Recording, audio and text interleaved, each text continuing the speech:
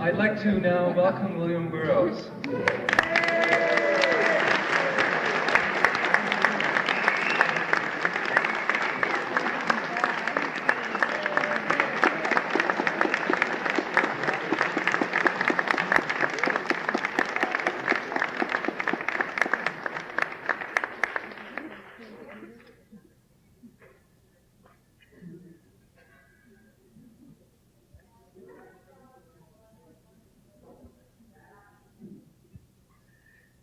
Introducing John Stanley Hart, a newspaper tycoon who was obsessed with immortality.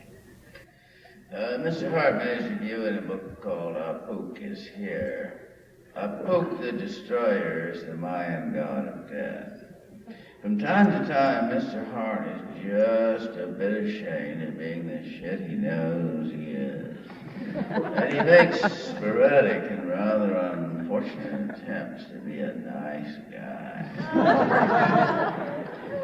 Nobody does more harm than people who feel bad about doing it.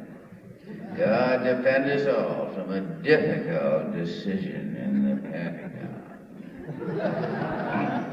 Sad, poison, nice guy, more poison than nice. He entered the bar with the best intention in the world of establishing a warm human relationship with local people who had been up to now a bit standoffish. He walked into the bar with his fishing gear and a bit of a swagger. You have to stand up to these people. You know, they respect you for it. So he found himself somewhat stonily received, and turning from the bar with his mug of beer to face the room, he maladroitly snagged an old peasant in the scrotum with his fishing hook. He whipped out his switchblade, a poorly timed attempt at easy joviality. He said, "Well, I guess we'll just have to cut the whole thing off." Turning away, he made an ineffectual gesture from a New Yorker cartoon with his knife, inadvertently blinding the proprietor's infant son. Seeing that all his friendly overtures had fallen lamentably flat, he saw fit to withdraw as unobtrusively and expeditiously as possible. The name is Clem Schneid. I'm a private asshole. As a private investigator, I see more death than the law allows. I mean the law of averages. Here we have a routine case of industrial sabotage and the factory blows up, killing 23 people. Well, these things happen. I am a man of the world, going to and fro and walking up and down in it. Now, death smells. I mean, death has a special smell over and above the smell of cyanide, cordite, blood carrion, or burnt flesh. It's a gray smell that cuts off the breath and stops the heart. Smell of the empty body, smell of field hospitals and gangrene. I got a whiff of it when Mr. Green walked into my office. And Ernest Hemingway could smell it on others. Here he is in a Jeep with General Lanham, known as Bucky to his friends. Ernie was a real general lover. It's worse than being a cop lover. Anyway, they're coming back to the front lines where Major Jones was in charge. Have to relieve that man, says Bucky. Bucky, says Ernie, you won't have to relieve him. He won't make it. He stinks of death. When the Jeep reached regimental command post, it was stopped by Lieutenant Colonel John Ruggles. General, said Ruggles, saluting, the major has just been killed. Who takes the 1st Battalion?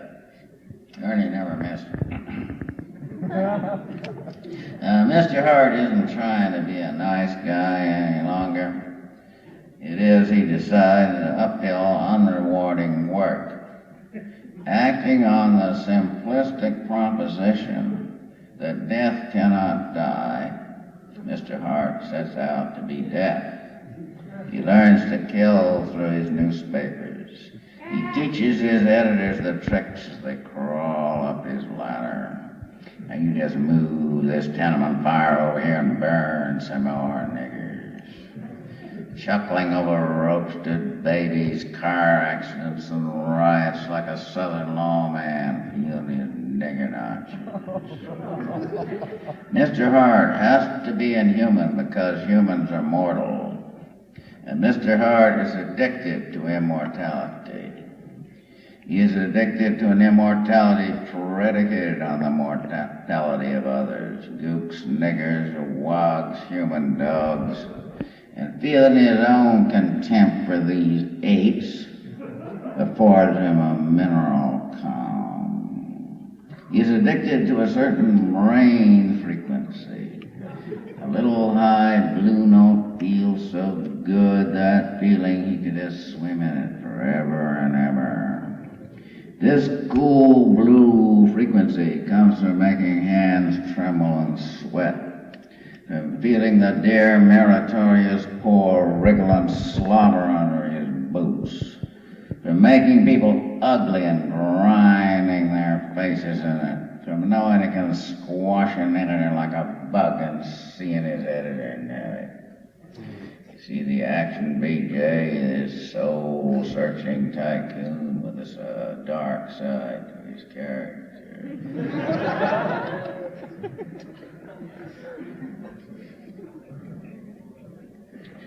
Death will not serve a stranger who cannot prove his title. A gringo who fears the very word and sets up a house rule that the word death may not be pronounced in his presence. Hey, look at all them dead bodies. Audrey points with his left hand as virus B-23, surfacing from remote seas of past time, rages through cities of the world like a topping forest fire. Last take, Mr. Hart's deserted ruined mansion, graffiti on the walls. Pook was here. Here lived a stupid, vulgar son of a bitch who thought he could hire death as a company cop. This is from a Western I'm writing now entitled The Place of Dead Rose. My protagonist, Kim Carson, finds himself in deadly conflict with Mr. Hart, the press tycoon, and old man Bickford, a beef and oil baron. And Bickford has a special price on Kim's head because Kim killed old man Bickford's son in a gunfight. It's a real Western. At least it starts that way. For 3 days, Kim encamped on the mesa top, sweeping the valley with his binoculars. A cloud of dust headed south told him they figured him to ride south for Mexico. He had headed north instead, into a land of sandstone formations. And everywhere, caves popped into the red rock like bubbles in boiling oatmeal. Some of the caves had been lived in at one time or another, rusty tin cans, pottery shards, cartridge cases. Kim found an arrowhead 6 inches long, chipped from obsidian, and a smaller arrowhead of rose-colored flint. Dusk was falling and blue shadows gathered in the Sangre de Cristo mountains to the east. Sangre de Cristo, blood of Christ, rivers of blood, mountains of blood. Does Christ never get tired of bleeding? It is raining in the Jimenez Mountains. It is raining, Anita Huffington. Last words of General Grant spoken to his nurse. Circuits in his brain flickering out like lightning in gray clouds. Pottery shards, arrowheads, rusting fishhooks. You can see there was a cabin here once. A hypodermic syringe glints in the sun. Abandoned artifacts. Kim holds the rose flint arrowhead in his hand. Here is the arrowhead, lovingly fashioned for a purpose. He fondles the obsidian arrowhead, so fragile that they break every time they were used like bee stings, he wonders. Somebody made this arrowhead. It had a creator long ago. This arrowhead is the only proof of his existence. Living things can also be seen as artifacts designed for a purpose. So perhaps the human artifact had a creator. Perhaps a stranded space traveler needed the human vessel to continue his journey, and he made it for that purpose. He died before he could use it. He found another escape route. This artifact, shaped to fill a forgotten need, now has no more meaning or purpose than this arrowhead without the arrow and the bow, the arm and the eye. Chill of empty space, Kim gathers wood for a fire. The stars are coming out. There's the Big Dipper. His father points to Betelgeuse in the night sky over St. Louis. His father's gray face on a pillow. Helpless pieces in the game he plays on this checkerboard of nights and days. The chill, so fragile, shivers and gathers wood, slave gods in the firmament. He remembers his father's last words. Stay out of churches, son. Never let a priest near you when you're dying. All they got a key to is the shithouse.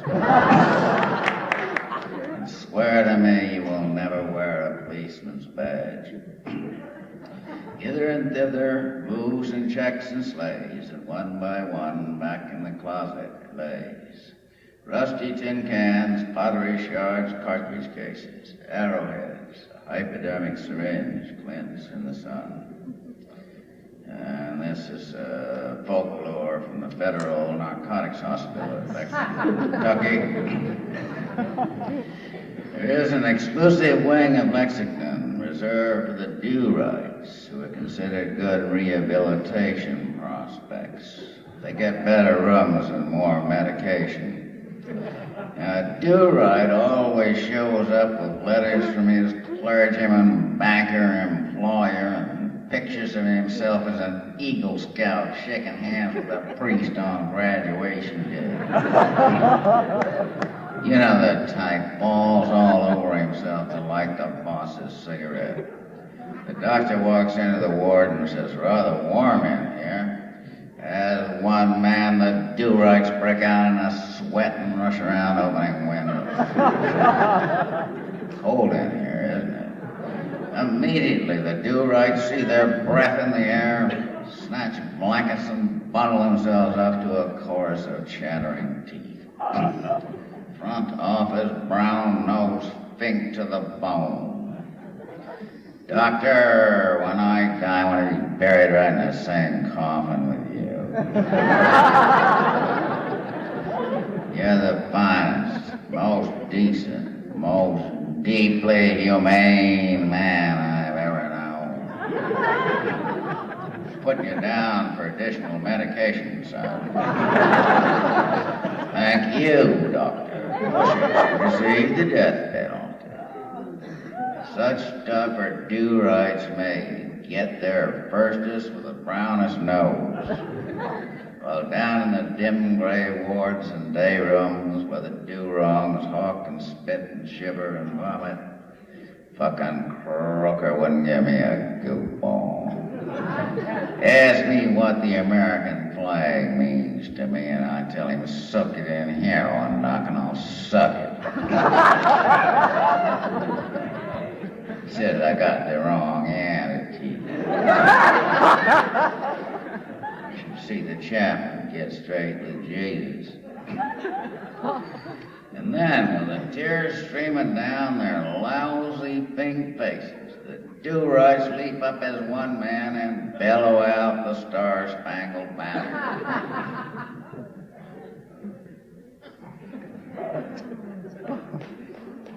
This is from Place of Dead Roads. Rod-riding yeggs and peat men and cat burglars, bindle stiffs and hobo jungles.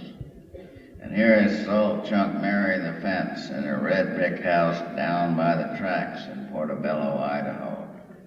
Mary keeps an iron pot of pork and beans always on the fire. Eat first and talk business later. Watches and rings slop down on the kitchen table.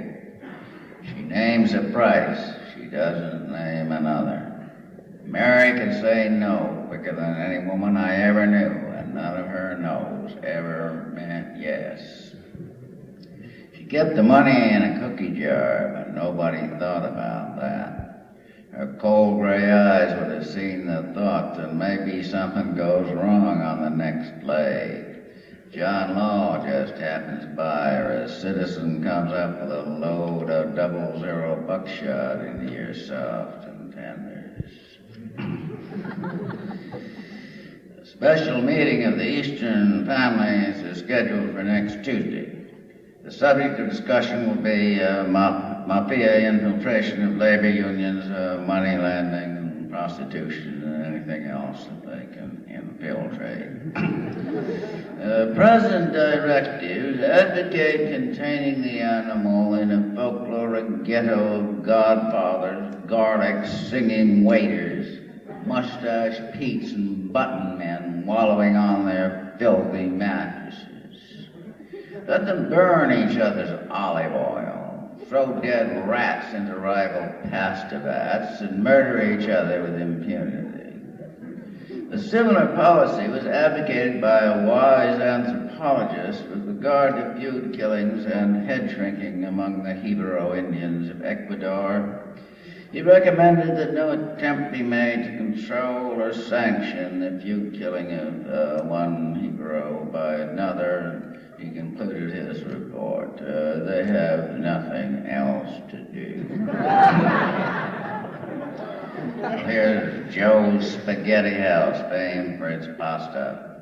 A trembling waiter serves a table of rival guns. They spit clan spaghetti into his face. They ball up wads of spaghetti and shove them into the mouths of the terrorized uptown diners.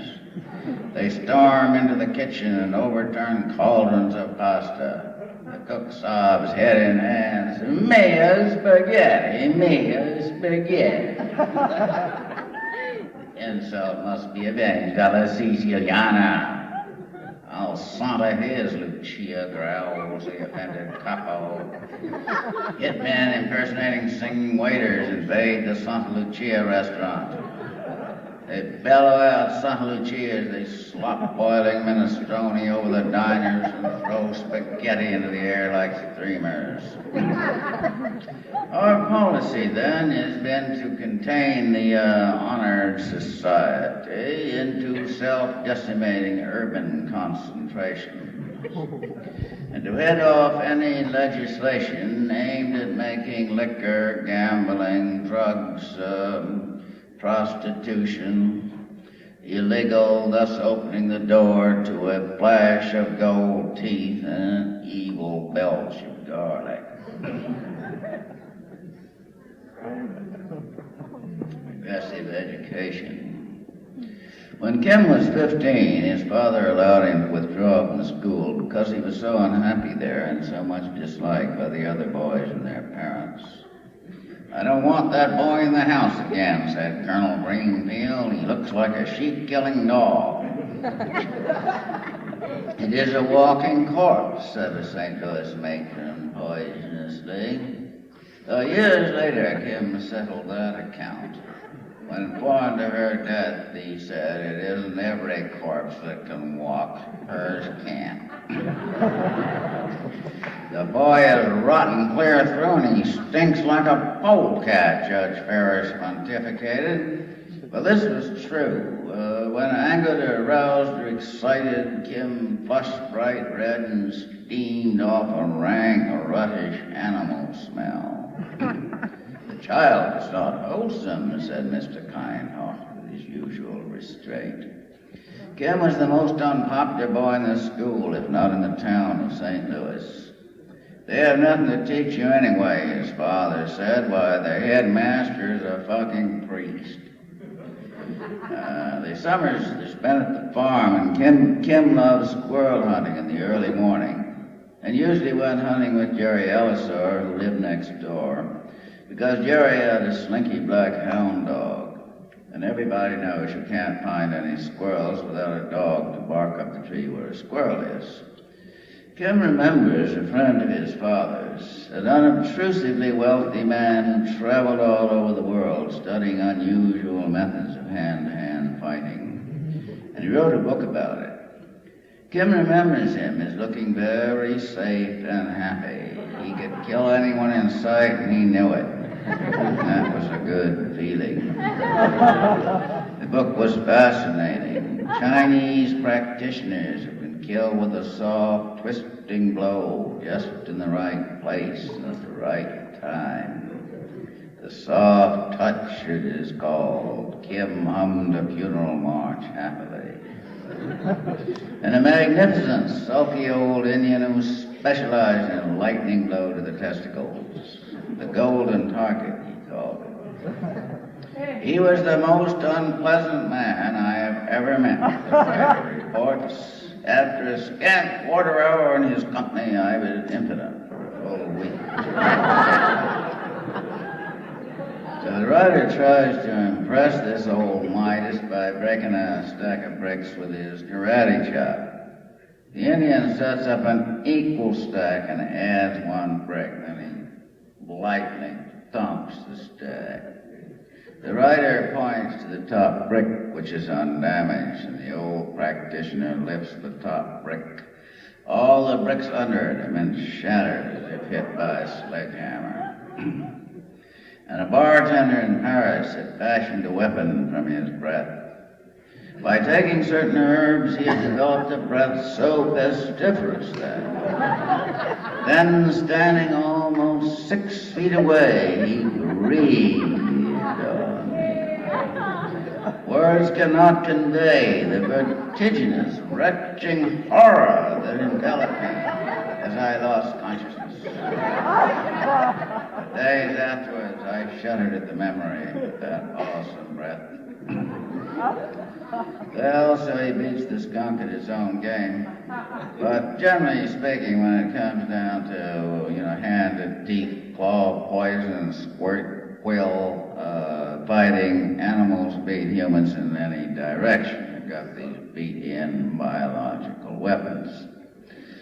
So Kim had, of course, thought of living weapons. The only animal who's been trained to attack reliably on command is the dog, though many other animals would be vastly more efficient as fighting machines. The bobcat, the lynx, the incomparable wolverine that can drive a bear from its kill. Kim looked in disdain at Jerry's dog, Rover, a skulking, cowardly, inefficient animal. Kim usually spotted the squirrel before Rover could sniff it out. When Jerry wasn't around, Kim would corner Rover and transfix him with his witch stare as he intoned, "Bad dog." And Rover begins to cower and cringe and whimper. Finally, desperate to ingratiate himself, he rolls on his back and pisses all over. While Kim enjoyed this spectacle, it was not enough to compensate for the continuous proximity of this filthy, fawning, vicious, shit-eating beast. But then, who am I to be critical, Kim thought philosophically. Kim had just read a juicy story about African medicine men who capture hyenas and blind them with red-hot needles and burn out their vocal cords as they intone certain spells, binding the tortured animal to their will, to fashion a silent, dedicated instrument of death. Kim looks speculatively at Rover and licks his lips, and Rover creeps whimpering behind Jerry's legs. The colonel fills his pipe. They attacked at dawn like gray shadows. I saw a boy go down hamstrung, and next thing his throat is ripped out. I couldn't see what was doing. It was like a ghost attack. The boys knew, and the cry went up, "Shmoon! Shmoon!" That's the native word for hyenas blinded by the beastly medicine men. Oh, say that again, please. Smooth. We intended to capture a male gorilla of the mountain species. They're somewhat smaller than the Nolan breeds, so we had a cage just so big and big enough. And I managed to nip into it and lock the door. I'll never forget my boys pleading to be let in as the hyenas tore them apart. That sight will haunt me to my dying day. Couldn't chance it, you know. One boy wedged in the door, and that would have been it. But in their blind animal panic, they couldn't understand my position, screamed curses at me. Well, Kim put in what you expect from people with no breeding. Ah, yes, exactly. Kipling, you know, the writer chap, speaks of the lesser breed without the law. Awfully depressing, all that. Kim recruits a band of flamboyant and picturesque outlaws called the Wild Fruits. Right on! There's the crying gun and breaks into tears at sight of his opponent. What's the matter? Somebody take your lollipop? Oh, senor, I am sorry for you. And the priest who goes into a gunfight giving his adversary the last rites. Blind gun who zeroes in with bat squeaks. And others who went about with vultures perched on their shoulders. Kim trains his men to identify themselves with death. He takes some rookie guns out to a dead horse rotting in the sun, eviscerated by vultures. Kim points to the horse steaming there in the noonday heat. All right, roll in it. What? Roll in it. Get the stink of death into your chaps and your boots and your guns and your hair. Most of us puked at first, but we got used to it, and vultures followed us around, hopefully. We always ride into town with the wind behind us. Townspeople gag and retch. My God, what's that stink? It's the stink of death, citizens. Personally, I think the whole planet stinks of death. And just what are we going to do about it? Well, all this may have happened many times before in this universe. Here we are trillions of years ago in Galaxy X. A rally has been organized to protest the use of black holes as an energy source. A bit late, as it turned out. Closing time, gentlemen. Brian Geisen has a bedtime story. It seems that trillions of years ago, a giant flicked grease from his fingers. One of these gobs of grease is our universe on its way to the floor.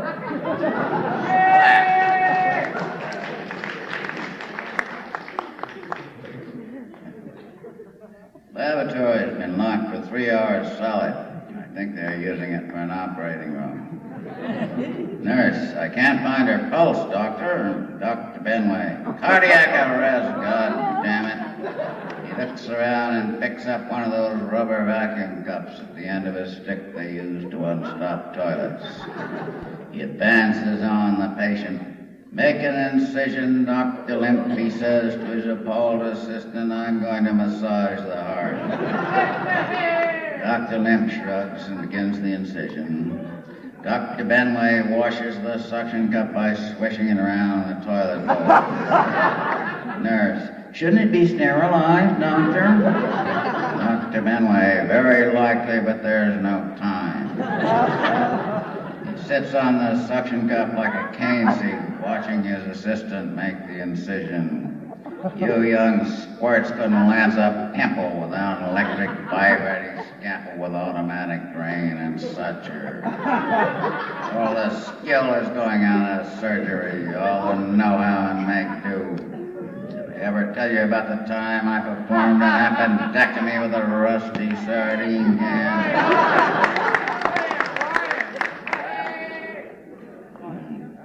Once I was caught short without instrument 1 and removed an uterine tumor with my teeth. That was in the upper appendix, and besides, the wench is dead. Dr. Lynn, the incision is ready, Doctor. Dr. Benway forces the cup into the incision and works it up and down. Blood spurts all over the doctors, the nurse, and the wall. The cup makes a horrible sucking sound. Nurse, I think she's gone, Doctor. Dr. Benway, well, it's all in the day's work. Walks across the room to a medicine cabinet. Some fucking drug addict has cut my cocaine with Fanny Flush. Nurse, send the boy out to fill this RX on the double. Now this piece, thank you.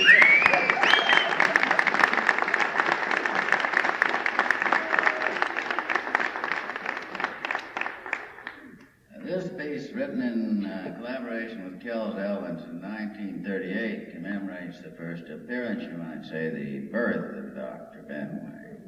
It's called Twilight's Last Gleamings. The SS America off Jersey coast. Ladies and gentlemen, there is no cause for alarm. We have a minor problem in the boiler room, but everything is now under sound effects of a nuclear blast. The explosion splits the boat. Dr. Benway ships Dr. drunkenly added 2 inches to a 4-inch incision with one stroke of his scalpel.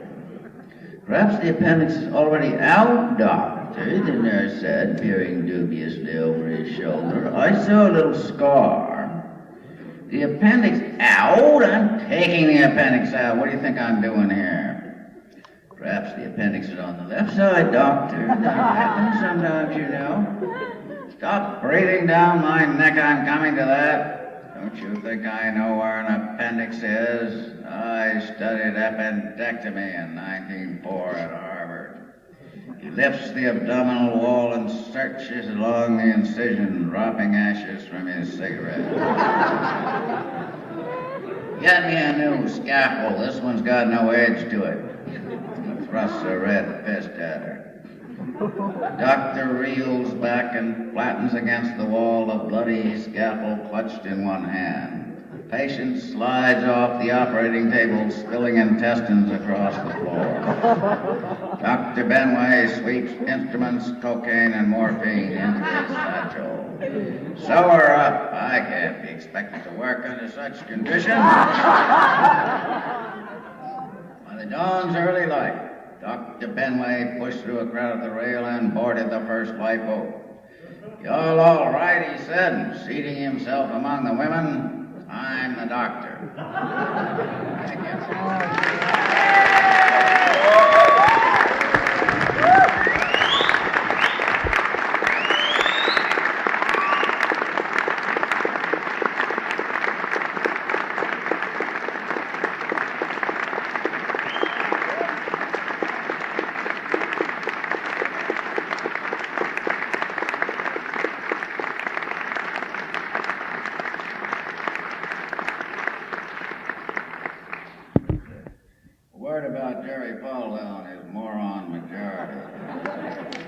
Fundamentalists are a menace to everybody in spaceship Earth. They're dangerous lunatics. And also, they're basically unreliable and dishonest. I have never known a righteous Bible belter who wasn't a thief at heart. When you are doing business with a religious son of a bitch, get it in writing. Because his word isn't worth shit. Not with the good Lord tells him how to fuck you on the deal. They should be segregated into Christian concentrations, lest they infect others with their proselytizing lunacy, and all their churches should be taxed out of existence.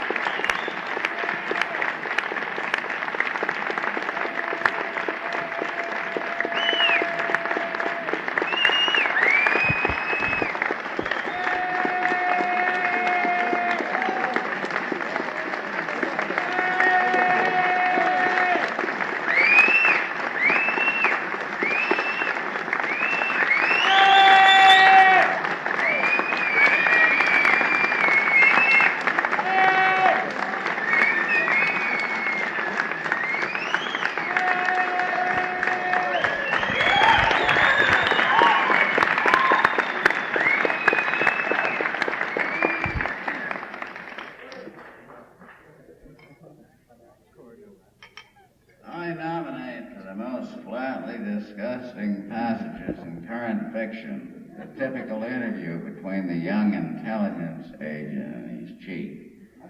When Peter walked into the office, the chief smiled. Agents have been known to get frostbite, and the chief smiled. Peter knew he was in the presence of greatness, and he squirmed with the schmaltz of it and broke out fulsomely. I'm just beginning to realize what a cold-hearted bastard you are. The chief was pleased, and he couldn't help squirming a little, but his voice was cool. Well, that's one way of putting it. I call it staying on top of an operation. Even if that means the code word is pop. The casualties could run into the millions. The billions, Peter, the billions. The chief spread his hands and smiled. Outsiders. None of our people will be touched. Operation Bunker. How long? Well, long enough for things to cool down, then we emerge like the phoenix without, of course, the inconvenience of being burned. Peter squirmed deliciously. This was true greatness. You can't fake the real thing. You are a cold-hearted bastard, he ejaculated. The chief smiled slow and dirty. Well, as one menstruating cunt said to the other, I guess it's in the rag, Mary.